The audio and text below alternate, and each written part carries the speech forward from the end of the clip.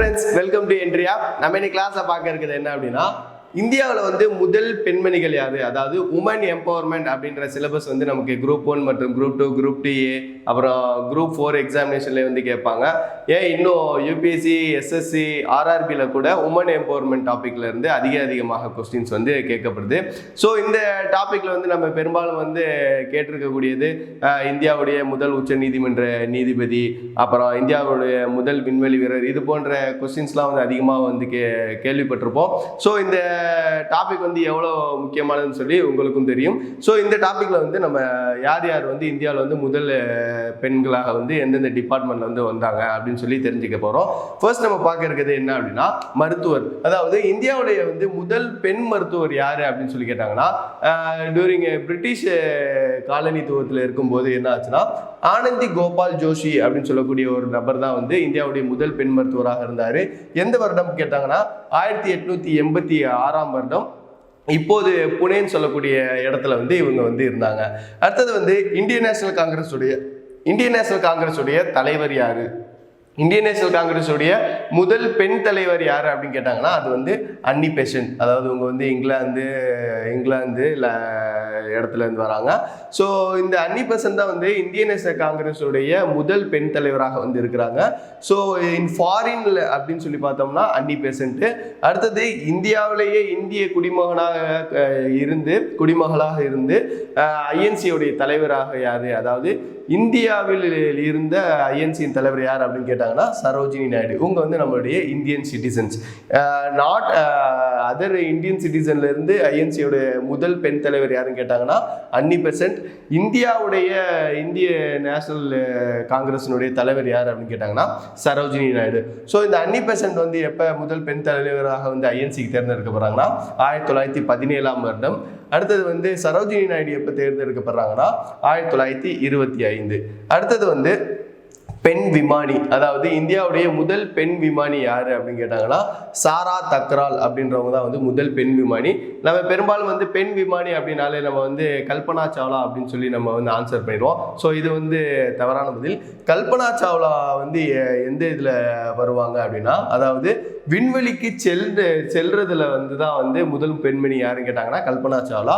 முதல் பெண் விமானி, அதாவது பைலட் சொல்றோம்ல, அந்த பைலட் யார், முதல் பெண் பைலட் யார் அப்படின்னு கேட்டாங்கன்னா சாரா தக்ரால் அப்படின்னு சொல்லக்கூடிய எந்த ஏரோப்ளேன்னா ஏர்லைன் சொல்லக்கூடிய ஏரோப்ளேன்ல போறாங்க. எப்போ 1936ல. இவங்க எந்த இடத்த சேர்ந்தவங்கன்னா புதுடெல்லியில இருந்து இவங்க வந்து கிளம்புறாங்க.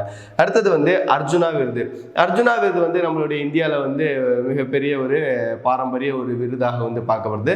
ஸோ இந்த அர்ஜுனா விருதை யார் முதல்ல வாங்கினாங்கன்னா ஸ்டெஃபி டிசோசா அப்படின்னு சொல்லக்கூடிய ஒரு பெண் வந்து வாங்குறாங்க. இவங்க வந்து இப்போ கோவான்னு சொல்லக்கூடிய பிளேஸ்ல வந்து இருந்திருக்காங்க. 1963 வருடம் வந்து இந்த அவார்டை வந்து ரிசீவ் பண்ணியிருக்காங்க. அடுத்தது வந்து ஏசியா கேம் வந்து நமக்கு தெரியும். ஸோ இந்த ஏசியா கேம்ல முதல்ல வந்து கோல்டு மெடல் தங்கப்பதக்கத்தை வென்றது யார் அப்படின்னு கேட்டாங்கன்னா கமல்ஜீத் சந்து அப்படின்னு சொல்லக்கூடிய இவர் தான் வந்து இவங்க தான் வந்து முதலாக வந்து ஏசியன் கேம்லேயே வந்து முதலாக தங்கப்பதக்கத்தை வந்து இந்தியாவுக்காக வாங்கி கொடுக்குறாங்க. ஸோ இந்த கமல்ஜீத் சந்து வந்து எந்த ஸ்டேட் கேட்டாங்கன்னா அவங்க வந்து பஞ்சாப் ஸ்டேட்டு. ஸோ எப்போ ரிசீவ் பண்ணுறாங்கன்னா 1970 வருடம் வந்து இந்த அவார்டை வந்து ரிசீவ் பண்ணுறாங்க. நெக்ஸ்ட் வந்து பாரத் ரத்னா. நம்மளுடைய இந்தியாவிலே வந்து மிக உயரிய விருதாக கருதப்படக்கூடிய இந்த பாரத் ரத்னா விருதை முதல்ல பெற்ற இந்திய பெண்மணி யாருன்னு கேட்டாங்கன்னா இந்திரா காந்தி. நம்மளுடைய முன்னாள் பிரைம் மினிஸ்டர் இந்திரா காந்தி தான் வந்து இந்த அவார்டை வந்து பெற்றிருக்காங்க. எப்போ பெற்றாங்கன்னா 1971 வந்து இந்த அவார்டை வந்து ரிசீவ் பண்றாங்க.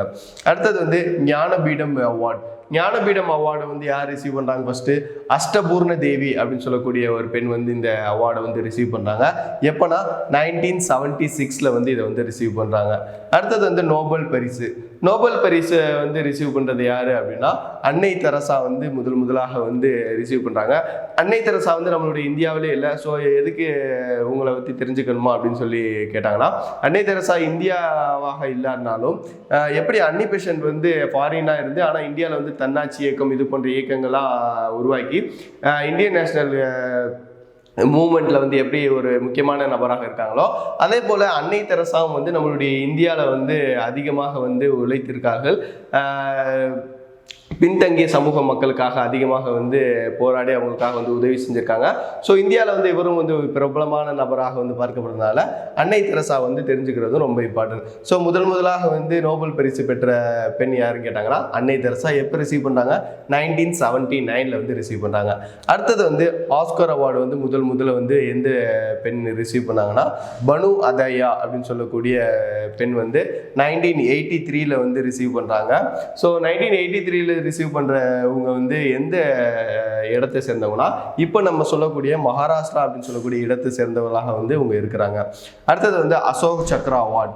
அசோக் சக்ரா அவார்டை வந்து ரிசீவ் பண்ண முதல் பெண் உமன் யாருன்னா நீரா பானோட் அப்படின்னு சொல்லக்கூடிய நபர் வந்து இந்த அவார்டை வந்து ரிசீவ் பண்ணுறாங்க.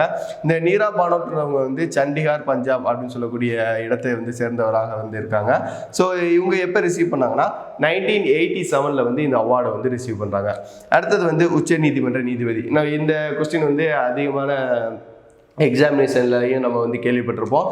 ஸோ ஃபாத்திமா பிபி அப்படின்னு சொல்லக்கூடிய பெண் தான் வந்து இந்தியாவுடைய முதல் உச்ச நீதிமன்ற பெண் நீதிபதியாக வந்து இருக்கிறாங்க. இவங்க எந்த ஸ்டேட்டு சார்ந்தவங்கன்னா கேரளா ஸ்டேட்டு. எப்போ ஃபஸ்ட்டு உச்ச நீதிமன்ற நீதிபதியாக ஆறாங்கன்னா 1989 வந்து ஆறாங்க. அடுத்தது வந்து பார்த்தோம்னா உலக அழகி, வேர்ல்டு அழகியாக வந்து நடத்தப்படக்கூடிய அந்த இதில் வந்து யார் தேர்ந்தெடுக்கப்படுறாங்கன்னா சுஷ்மிதா சென் அப்படின்னு சொல்லக்கூடிய ஒரு பெண் வந்து தேர்ந்தெடுக்கப்படுறாங்க. ஸோ பாலிவுட் ஆக்டர்ஸாக இருக்கக்கூடிய இந்த சுஷ்மிதா சென் வந்து உலக அழகியாக வந்து தேர்ந்தெடுக்கப்படுறாங்க. ஸோ இந்த சுஷ்மிதா சென் எந்த மாநிலத்தை சார்ந்தவர்னா 1994 வந்து ஆந்திர பிரதேசம் தெலுங்கானா ரெண்டும் சேர்ந்து இருந்துச்சு. ஸோ இப்போ அவங்க எந்த ஸ்டேட் அப்படின்னு சொல்லி கேட்டாங்கன்னா தெலுங்கானா. எப்போ ரிசீவ் பண்ணாங்கன்னா 1994 வந்து இவங்க வந்து ரிசீவ் பண்ணுறாங்க. அடுத்தது வந்து புக்கர் அவார்டு. புக்கர் அவார்டு வந்து ரிசீவ் பண்ணது யாருன்னா பிரபல ரைட்டராக இருக்கக்கூடிய அருந்ததி ராய் அப்படின்னு சொல்லக்கூடிய அவங்க வந்து இந்த அவார்டை வந்து ரிசீவ் பண்ணியிருக்காங்க. ஸோ இவங்க ரிசீவ் பண்ண அருந்ததி ராய் எப்போ ரிசீவ் பண்ணாங்கன்னா 1997 வந்து ரிசீவ் பண்ணியிருக்காங்க. இவங்க எந்த ஸ்டேட் சேர்ந்தவங்கன்னா அஸ்ஸாம் மாநிலத்தை சேர்ந்தவராக வந்து இருக்கிறாங்க. அடுத்தது விண்வெளி செல்லல். நான் ஏற்கனவே சொன்னேன் விண்வெளி செல்லல யார் முதல்னா கல்பனா சாவ்லா. இந்திய முதல் பெண் விமானி பைலட் யாரு அப்படின்னு சொல்லி கேட்டாங்கன்னா சாரதா தக்ரால். ஸோ கல்பனா சாவ்லா தான் வந்து விண்வெளி செல்லல வந்து முதல் பெண்மணியாக வந்து இருக்கிறாங்க. எப்போ போனாங்கன்னா 1997. 1997 இவங்க எந்த மாநிலத்தை சேர்ந்தவர்னா பஞ்சாப் மாநிலத்தை சேர்ந்தவராக இருக்கிறாங்க. அடுத்தது வந்து இந்தியாவுடைய முதல் பெண் கவர்னர் ஆளுநர் யார் அப்படின்னு சொல்லி கேட்டாங்கன்னா சரோஜினி நாயுடு தான் வந்து முதல் பெண் கவர்னராக வந்திருக்காங்க. சரோஜினி நாயுடுவுக்கு வந்து ரொம்ப ஸ்பெஷல் வந்து இருக்குது. என்ன அப்படின்னு சொல்லி பார்த்தோம்னா முதல் இந்தியாவை சேர்ந்த முதல் இந்திய நேஷனல் காங்கிரஸோடைய தலைவர் யாருன்னு கேட்டாங்கன்னா அதுவும் வந்து சரோஜினி நாயுடு தான். அதே போல் இந்தியாவுடைய முதல் பெண் கவர்னர் யாருன்னு கேட்டாங்கன்னா அதுவும் வந்து சரோஜினி நாயுடு தான்.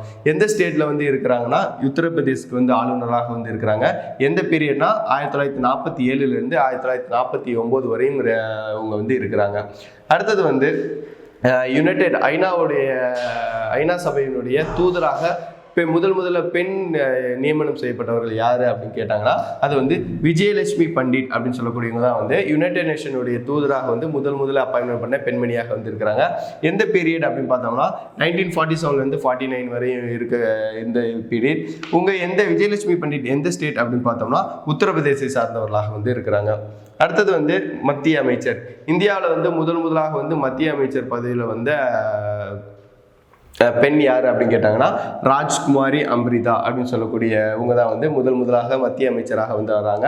ஸோ இவங்க எந்த ஸ்டேட்டை சேர்ந்தவங்கன்னா உத்தரப்பிரதேஷ் ஸ்டேட்டு. எந்த பீரியட்னா 1947 57 வரை கிட்டத்தட்ட 10 வருட ஆண்டுகள் வந்து இந்த மத்திய அமைச்சராக வந்து இவங்க வந்து இருந்திருக்கிறாங்க. ஸோ இதனுடைய கண்டினியூஷன் வந்து இது பார்ட் 2 வீடியோவில் இதில் வந்து பார்க்கலாம். ஸோ நீங்கள் டிஎன்பிஎஸ்சி குரூப் 1 குரூப் 2 மற்றும் குரூப் டே இது போன்ற எக்ஸாமினேஷன் ப்ரிப்பேர் பண்ணிருந்தீங்கன்னா என்ட்ரி ஆப்னு சொல்லக்கூடிய ஆப்பை வந்து ப்ளே ஸ்டோரில் டவுன்லோட் பண்ணி அதில் இருக்கக்கூடிய கிராஷ் கோர்ஸ் அப்புறம் daily quizzes daily current affairs வீடியோக்கள் இது எல்லாமே பார்த்து உங்களுடைய எக்ஸாமினேஷன் நீங்கள் ப்ரிப்பேர் ஆகுங்க. வருங்காலத்தில் வந்து ஒரு நல்ல ஒரு அரசு அதிகாரியாக வருவதற்கு எங்களுடைய வாழ்த்துக்கள். தேங்க்யூ.